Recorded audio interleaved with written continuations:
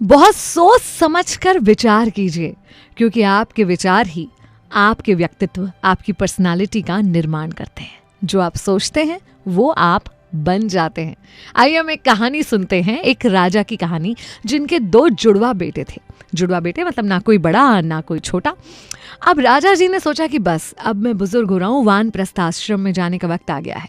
जिम्मेदारी ये थी उनके कंधों पर कि राजपाट किसी एक को सौंपना है।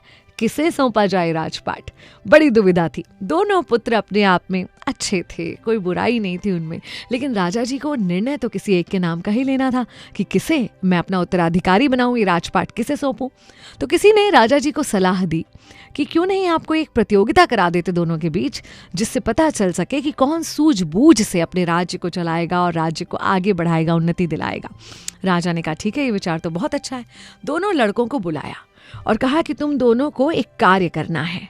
मैं तुम दोनों को 2 दिन का वक्त देता हूं और बिल्कुल बराबर नाप के, बराबर क्षेत्रफल के कमरे तुम्हें दे दिए हैं एक एक, और तुम्हारे पास मात्र 5 रुपए होंगे। इस 5 रुपए से तुम्हें इन कमरों को पूरा भर देना है।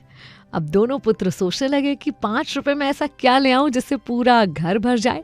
तो पहले पुत्र ने बहुत विचार किया और उसके बाद उसे एक आइडिया, एक विचार आया कि चलो ना, मैं क्या करता हूँ, कचरा ले आता हूँ। कचरा तो मुझे मुफ्त में ही मिल जाएगा, जंगलों में जाकर सूखे पत्ते वगैरह बटोर लेता हूँ और उससे पूरा कमरा भर जाएगा, और ये बचे हुए 5 रुपए में मैं पिताजी को दे दूंगा, वो बहुत प्रसन्न हो जाएंगे और राजपाट मुझे ही मिल जाएगा।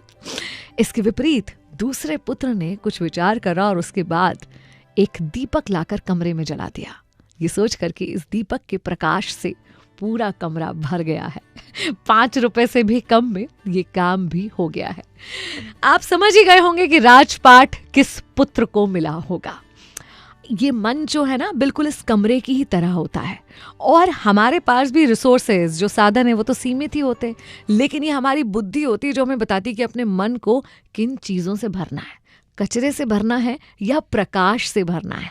अगर प्रकाश, एक दिव्य प्रकाश आपके मन में होगा तो छोटी छोटी सी बातों पर आपको बुरा लगना बंद हो जाएगा। आपके मन में दूसरों को लेकर कंपैरिजन के विचार या खुद के लिए हीन भावनाएं आनी बंद हो जाएंगी। आप ज़्यादा प्रसन्न महसूस करेंगे और अपने काम में बेहतर प्रदर्शन कर पाएंगे, अच्छा परफॉर्म कर पाएंगे।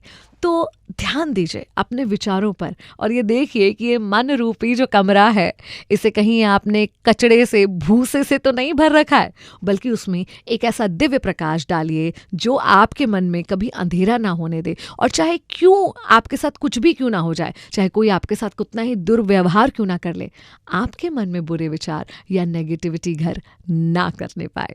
आइए इस विचार के साथ आगे बढ़ते हैं। मैं हूं वनी आपके साथ। चलो आज कुछ अच्छा सुनते हैं।